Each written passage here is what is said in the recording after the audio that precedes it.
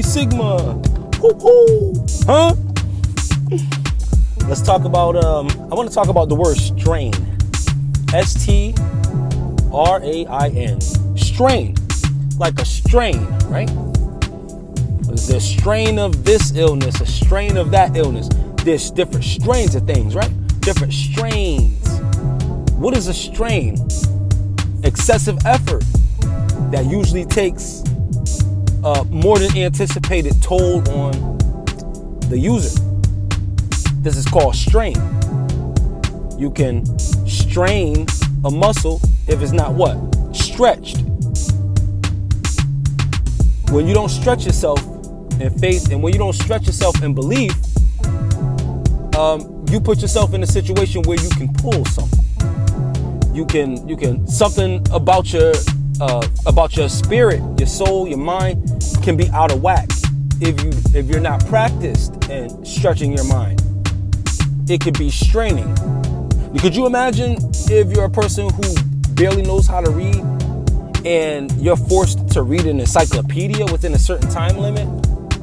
Reading aloud too, like your turn, Jimmy. You have to read. You have to read from here to here. Like you gotta read. An example of that would be strain. The anticipated result would be strain because the mind is not stretched. This is also what can be used as stress. S-T-R-E-S-S. Stress comes from strain. Man, I'm strained. If you get strained long enough, you'll be stressed. Because stress and strain often comes from the absence of a stretch. And we're not saying, oh, you need to train for drama if you want to maintain with drama. That I don't mean it like that. But you want to do something or approach life in a way where your mind is already sharp and you're already flexible enough to deal with the things that would stretch the mind that's ready, test the mind that's ready, sharpen the mind that's ready. But it would stress and it would strain the mind that is not ready. S-Train. For all my metro people that hop on the metro, the subway, etc. What train you hopping on? The E train, the D train, the W train?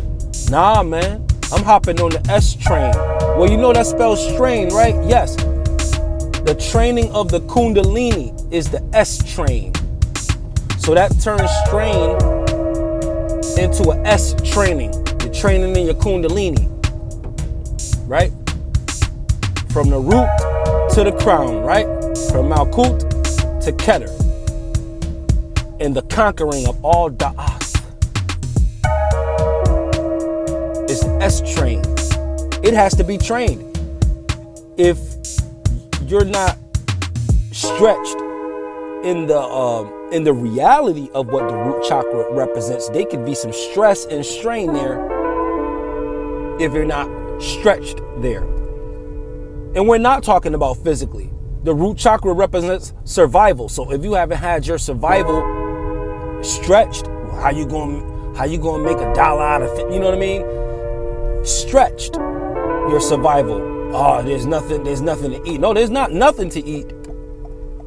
There'll be plenty to eat if you use the things that you typically do not use in eating. If you can find a way to do that, then you can pretty much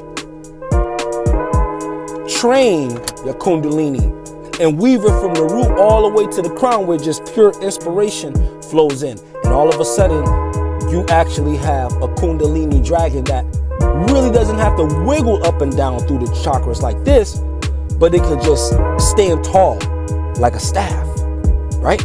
Like a staff, like a faculty, like a tendons. So your Kundalini, it can stand like a staff, right? You know the song say, your rod and your staff, they comfort me. It's the Kundalini. When the entire dragon of you is stretched, operated in all of the different chakras. And we're starting with 7, just to say that subject matter being 7.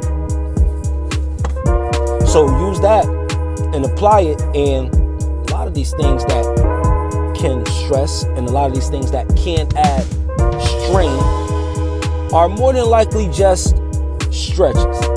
Super T Sigma, Sigma programming. Stay illuminated, people. Peace.